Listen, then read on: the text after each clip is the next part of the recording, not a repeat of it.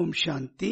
22/7/2024 B.K. Surajbhai அவர்கள் mount Abu, Rajasthan.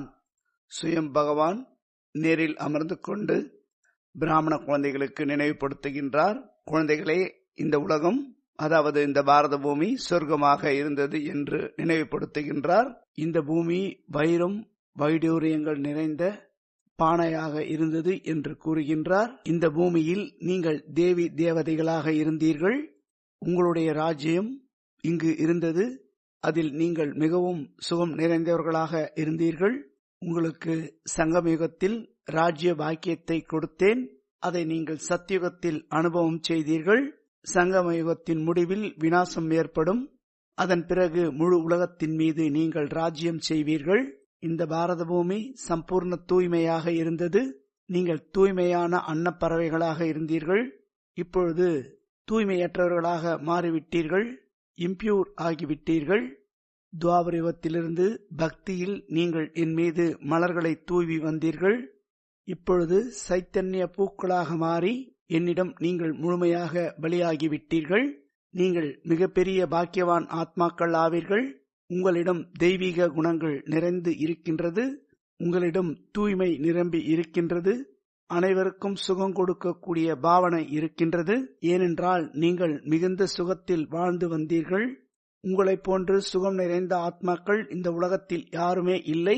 திரும்பவும் உங்களுடைய தெய்வீக சுயராஜ்யத்தை நீங்கள் ஸ்தாபனை செய்து கொண்டிருக்கின்றீர்கள். மகா விநாசம் நடைபெற்ற பிறகு தேவி தேவதைகள் ராஜ்யம் இந்த பூமியில் வந்துவிடும். ஸ்ரீ கிருஷ்ணர் வந்து விடுவார். ஸ்ரீ நாராயணனின் ராஜ்யம் நடைபெறும். நீங்கள் 2 யுகங்கள் தேவதைகளாக வாழ்வீர்கள். முழு உலகமும் பாரதமாகத்தான் இருக்கும். முழு உலகத்தின் மீது தேவதைகளாகிய உங்களுடைய ராஜ்யம் மட்டும்தான் இருக்கும். சிறிய உலகமாக இருக்கும். பிறகு மெதுமெதுவாக பெரிய உலகமாக மாறிவிடும். பல தேசங்களாக மாறிவிடுகின்றது. இடையில் கடல்கள் வந்து விடுகின்றன. தொடர்பு துண்டிக்கப்பட்டு விடுகின்றது. ஒவ்வொரு நாட்டின் கலாச்சாரம் மாறிவிடுகின்றது. மதங்கள், பேசக்கூடிய பாஷைகள் மாறிவிடுகின்றன. நாம் தேவதைகளாக இருந்தோம் என்ற ஸ்மிருதியை பாபா தினம்தோறும் நமக்கு கொடுத்து கொண்டிருக்கின்றார். ஆகவே ஈஸ்வரிய நஷாவில் நாம் எப்பொழுதும் மூழ்கி இருக்க வேண்டும். நாம் இப்பொழுது நம்முடைய தெய்வீக சுயராஜ்யத்தை ஸ்தாபனை செய்து கொண்டிருக்கின்றோம். 2 யுகங்கள் நாம் மிகுந்த சுகத்தில் வாழ்வோம். இப்பொழுது துக்கத்தின் அம்சம் கூட கனவிலும் இருக்கக்கூடாது. எப்பொழுது நாம் சுகம் உள்ளவர்களாக இருக்க முடியும் என்றால் சர்வசக்திவான் பாபாவிடம் நம்முடைய யோகத்தை வைக்க வேண்டும். நம்மை நாம் சக்திசாலியாக மாற்றிக்கொள்ள வேண்டும். சிறு சிறு விஷயங்கள் உங்களுக்கு துக்கமாக தென்படாது. இது வாழ்க்கையின் விளையாட்டு என்று புரிந்து கொண்டு நாம் சகஜமாக கடந்து செல்வோம். குஷியுடன் இருப்போம். இச்சமயம் சக்திகள் நமக்கு தேவைப்படுகின்றது. இது மிகவும் அவசியமாகும். ஏனென்றால் உலகத்தில் துக்கங்கள் அதிகரித்துக் கொண்டே செல்கின்றன. ஒவ்வொரு ஆத்மாக்களின் கணக்கு வழக்கு முடிவடைந்து கொண்டு செல்கின்றது. காட்லி மிஷனரி அதனுடைய வேலையை செய்கின்றது. மற்றொரு சகஜமான விஷயத்தை பாபா கூறுகின்றார். என்னவென்றால், நீங்கள் முழு நாளில் எந்த அளவிற்கு ஆத்மீக சொரூபத்தில் நிலைத்திருக்கின்றீர்களோ அந்த அளவிற்கு சுகம் நிறைந்தவர்களாக இருப்பீர்கள். இன்று நாம் திடமான எண்ணத்தை உருவாக்குவோம். என்னவென்றால், எப்படிப்பட்ட துக்கங்கள் வந்தாலும் சுகம் நிறைந்தவர்களாக இருப்போம் மற்றும் அதீந்திரிய சுகத்தை அனுபவம் செய்வோம். இந்திரியங்களுக்கு அப்பாற்பட்ட சுகம் அதீந்திரிய சுகமாகும். ஆத்மீக சொரூபத்தில் நிலையாக நிலைத்திருக்கும் பொழுது அதீந்திரிய சுகத்தை நீங்கள் அனுபவம் செய்ய முடியும். எந்த அளவிற்கு நமக்குள் சுகம் அதிகரித்துக் கொண்டே செல்கின்றதோ அந்த அளவிற்கு உலகத்தில் இருக்கக்கூடிய துக்கங்கள் அனைத்தும் காணல் நீரை போன்று மறைந்துவிடும்.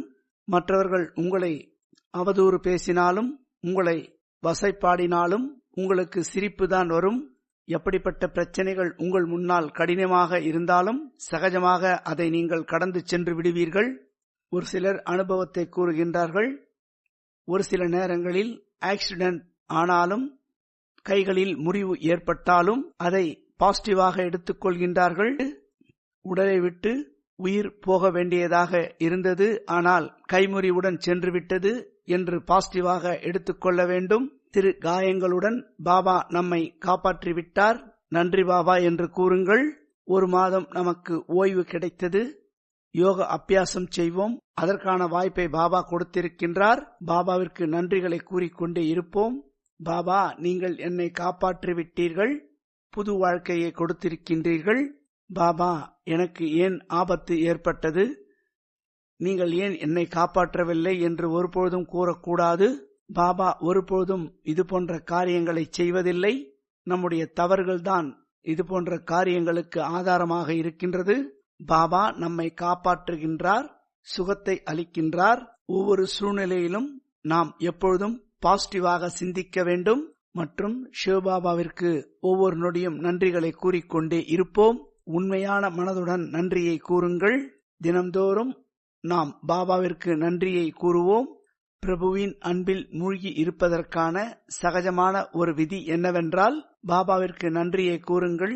எதற்காக நாம் நன்றியை கூறுகின்றோமோ அந்த நன்றிக்கு பலனாக அது நம்மிடம் பன்மடங்கு அதிகரித்துக் கொண்டே செல்லும். பாபாவிற்கு நாம் நன்றியை கூறுகின்றோம். பாபா, எனக்கு சிரேஷ்ட பாக்கியத்தை உருவாக்கினீர்கள், எனக்கு அதிகமான செல்வத்தை கொடுத்து விட்டீர்கள், எனக்கு அதிகமான சுகத்தை கொடுத்துக் கொண்டிருக்கின்றீர்கள் என்று நாம் பாபாவிற்கு நன்றியை கூறும் பொழுது இவை அனைத்தும் அதிகரித்துக் கொண்டு செல்வதை நீங்கள் பார்ப்பீர்கள். நீங்கள் குழப்பத்தில் வந்து, பாபா நீங்கள் எனக்கு எதுவுமே கொடுப்பதில்லை என்று ஏதாவது ஒன்றை கூறிக்கொண்டே இருந்தீர்கள் என்றால் உங்களிடம் இருப்பதும் இல்லாமல் போன்று தோன்றும். மிகவும் கஷ்டம் நமக்கு உண்டாகும். வாருங்கள், சுயராஜ்ய அதிகாரத்தில் நாம் நிலைத்திருப்போம் மற்றும் எதிர்கால வாழ்க்கையின் நஷாவில் நிலைத்து விடுவோம். ஓம் சாந்தி.